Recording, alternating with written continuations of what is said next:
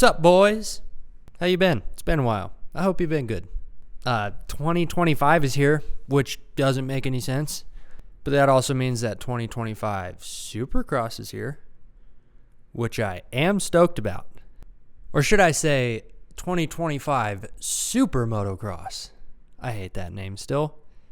But we'll get used to it after, what is this, the third year? All right. It'll have a ring to it. SMX sounds better.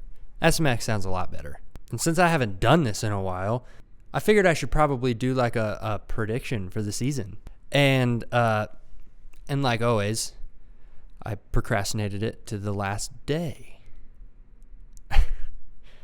Before we get into that, since I haven't done this in a while, I guess I should introduce myself to, hopefully, some new viewers. My name's Tyler Monks.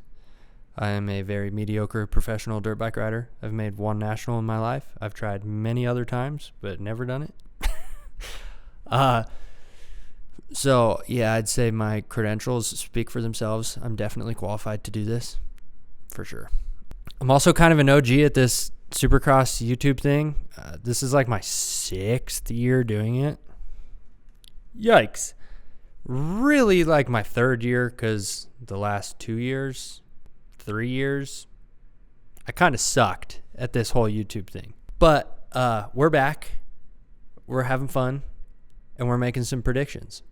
So this is actually like my 5th time trying to make this video. And I have this whole whiteboard that has all of my predictions on it. And I was like tearing pieces of paper off as they go.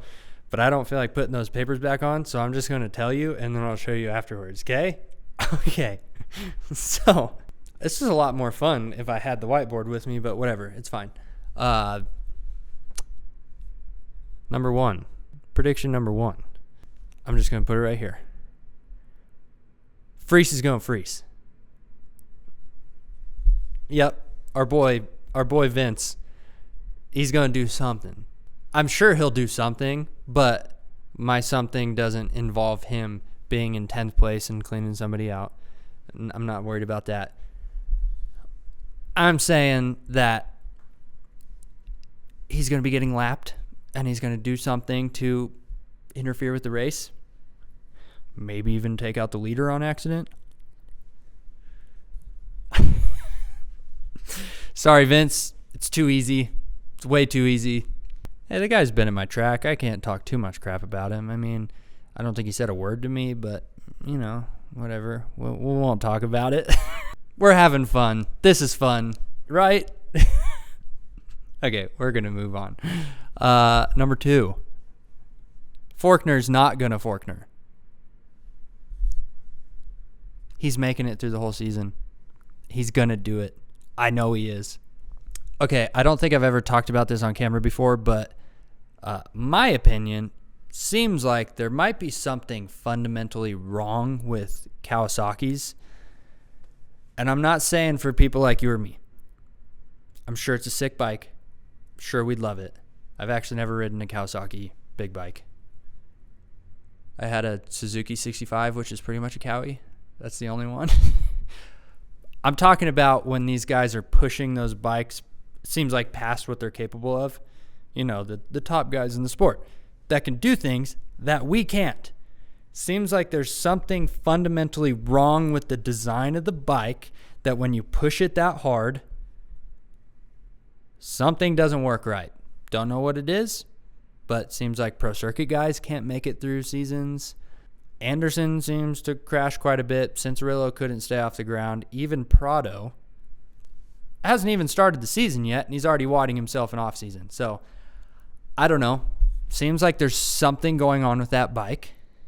And now that Forkner's not on that bike, maybe it'll work better for him.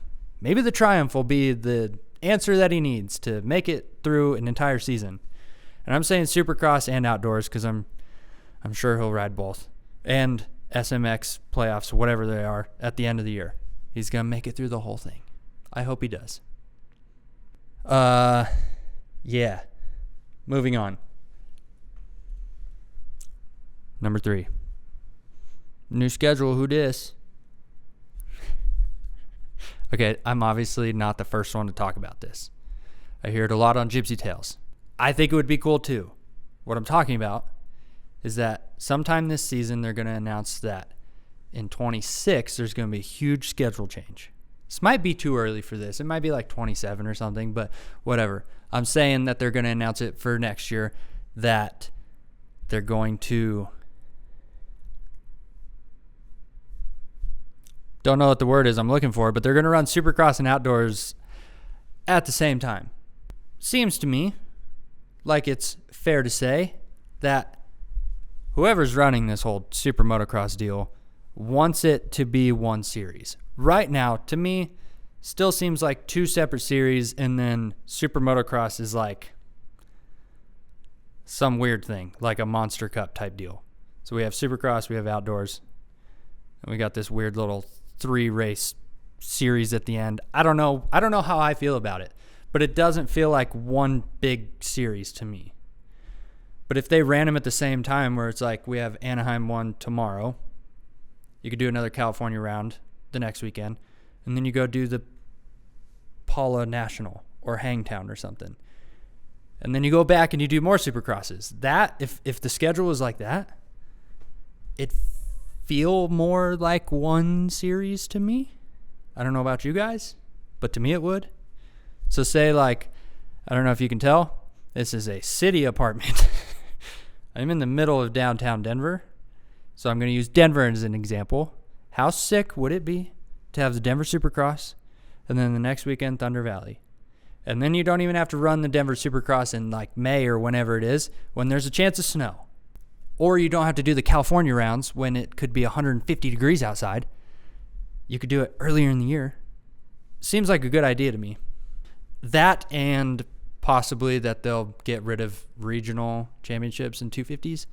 Just make it one big one, which would be really cool in Supercross. Although, you know, obviously I have a soft spot in my heart for privateers because I'm a struggling one because I suck. But having two different regions for privateers is pretty sick because it just gives more guys an opportunity to make mains. So I don't know if I actually want that now that I'm thinking about it. Anyways, yeah, they're going to announce a schedule change for next year this year. Does that make sense? I hope it does. Prediction number 4. Deegan's going to win. Brian Deegan is going to win every single round of this year. Okay, obviously I'm talking about Hayden. I honestly think there is a possibility that he could win every single race that he participates in. I'm not saying he's going to. This whole thing, what I'm saying is that there's a very high chance, and I think he might do it. He might win like every single Supercross round. Because if you think about it, I'm surprised it doesn't happen more in 250s because it's only, like 8 rounds? It's such a small championship for these guys. It's actually kind of weird. 7, 8 rounds, something like that. 8, 9, I don't really know what it is. But it's short. So when you have somebody like Deegan who, honestly, he hasn't shown his capabilities in Supercross yet. Obviously, we figured out Outdoors that he's gnarlier than everybody. But he was a rookie, and then last year he had a bum wrist coming in, so we haven't seen his full capabilities. And I'm guessing he's just as good at Supercross as he is at Outdoors, which means everybody else is going to have a hard time winning. That's my opinion. I could be wrong. I could be wrong about all this. But that's what we're doing. We're having fun. And he might even jump on a 450 for a round. Could you imagine? He wins every single one. Everybody else is super inconsistent. He has a huge lead going into the last round where he doesn't have to race it, and he just decides to get on a 450. They said something in one of their recent vlogs. Brian was saying something about how 250s are going to be slower, and so they might jump up to 450s earlier than they thought. Is that sound restrictions or something? What's changing in the 250 class to make them slower? Don't ask me. I'm not part of the industry. I have no inside information. I know as much as you guys do. Okay. Let's not make this video 20 minutes long. Number 5. In and out. I'm going to get some in and out later. Just kidding. 8 in, 4 out. Do you know what that means? I'm curious if you do. I'm going to give you a few seconds to figure it out. 450 class. 8 different winners in Supercross. 4 different winners in outdoors. Is that a lot? Seems like it. But I think it's a possibility. If this season ends up being as competitive as I hope it is, I think it's possible. Okay, let's see here.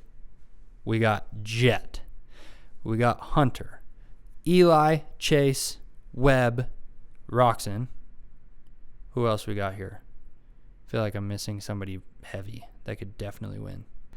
I don't know. Okay, we're just going to say like Plessinger, Anderson. Oh, Anderson, obviously. Prado, Stewart, even Barsha. I'm sure that there's like 12 guys that have the capability to win a race. You never know what happens in Supercross. We could have mud, crashes. It could happen. I'm saying 8 different winners. Outdoors is a little different because it's about who's the gnarliest guy and who's training the hardest. And it seems like there's only, in the big bike class, 3 guys that can win on any given day, it seems like. So I'm just going to say 4. 4 outdoors. 8 Supercross, 4 outdoors. It's probably not going to happen. Jet's probably going to win everything, but you never know. It could happen. Moving on. I couldn't think of anything creative for this next one, so it's just Jet, Eli, and Chase. And possibly, like, you could throw Webb in there. You could throw Roxon in there. I'm just going to say Jet, Eli, and Chase are all going to be within 5 points of each other at the final round. Supercross. It could happen outdoors, too. What? 3 years ago? Chase and Eli were pretty much tied going into the last round at outdoors. So it could happen, too. But I'm just saying Supercross for now, that those 3 dudes are going to be within 5 points of each other at the end. Is this a prediction video as much as just what I want to have happen? It's probably more of the latter. I don't know if I said that right, but yeah, it's probably more of what I want to happen, more of a prediction, but we'll see. I'm hoping for competitiveness this season, so it could happen, and I'm hoping that it does. I don't know what else to say with that, so we're going to move on. This last one is probably the one I'm going to get the most hate for, because obviously I'm going to make a prediction on who's going to win, like, everything. And Jet is the obvious pick, so I'm not going to do that. So I'm going to say Chase 2-time. And I'm saying Chase 2-time Supercross and 2-time outdoors. 2-time champ. I don't know. I know Jet's the easiest, but there's something about Chase this year. I'm a big fan. I'm a big fan of all of them. I don't hate anybody except for maybe Vince. Just kidding.